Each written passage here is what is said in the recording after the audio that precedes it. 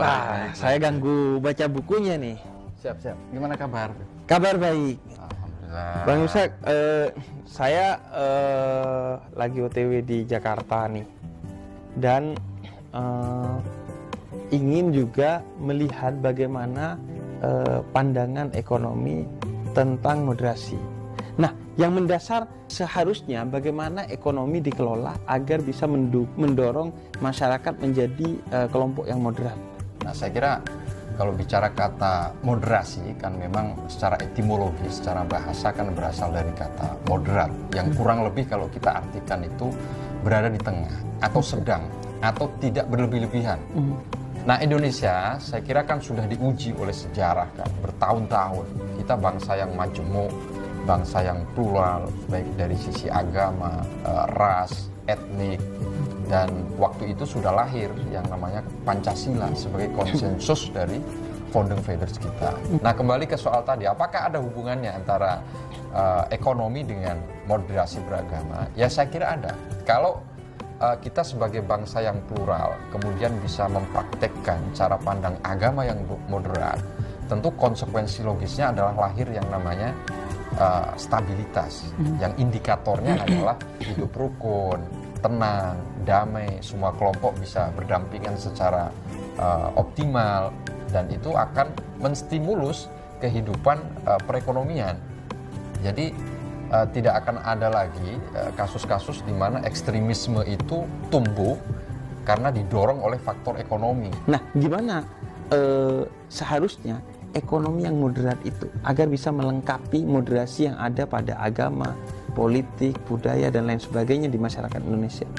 Ya, saya kira salah satu tantangan moderasi beragama dalam konteks Indonesia ini bukan hanya gerakan transnasional yang cenderung mengebiri aspek-aspek lokal, tetapi juga kapitalisme global yang salah satu cirinya adalah menganut pasar bebas yang ini dikhawatirkan juga bisa menggerus internalisasi dari nilai-nilai agama. Maka kalau kita punya konsep ekonomi Pancasila, ya sebetulnya founding father kita kan sudah meletakkan falsafah dan dasar-dasar ekonomi sesuai dengan culture dan kebudayaan masyarakat Indonesia. Kalau kita lihat misalnya gerakan filantropi yang dibangun berdasarkan prinsip gotong royong di negara kita, ini kan luar biasa sekali. Bahkan indeks filantropi kita di dunia ini kan sangat tinggi sekali kan. Bahkan tertinggi. Indonesia itu yang terbaru kemarin 2023 laporannya kedermawanannya tertinggi di dunia. Indeks kedermawanan sosial kita itu tertinggi di dunia, Bib. Jadi ini yang sebetulnya menjadi modal besar kita, dan itu memang harus didesain dengan baik. Nah, saya kira itu PR kita kan. Nah, kira-kira apa yang secara sistemik harus menjadi kata kunci atau harus kita benahi dari ekonomi kita?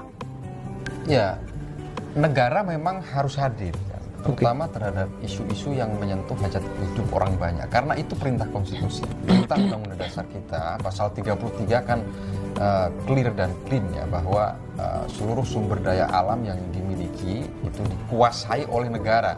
Tapi tidak sampai berhenti di situ.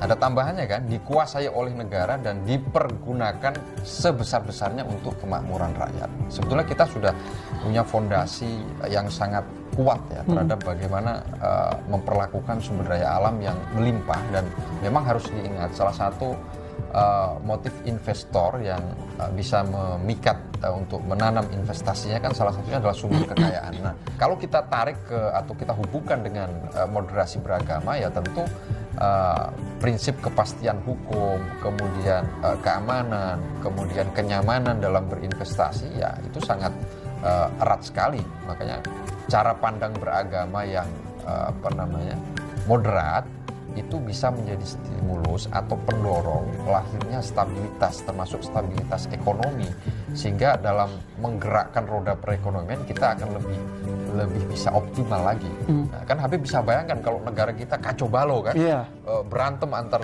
sesama kelompok misalnya, ya tentu minat investor menjadi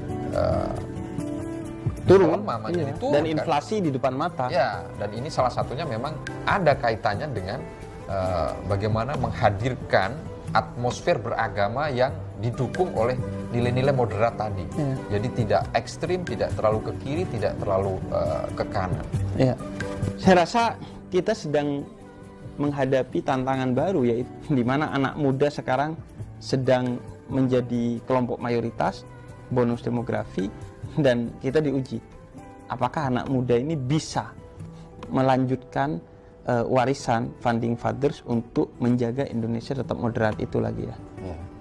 Terima kasih. Kalau itu saya lanjut OTW lagi. Terima kasih. Oke.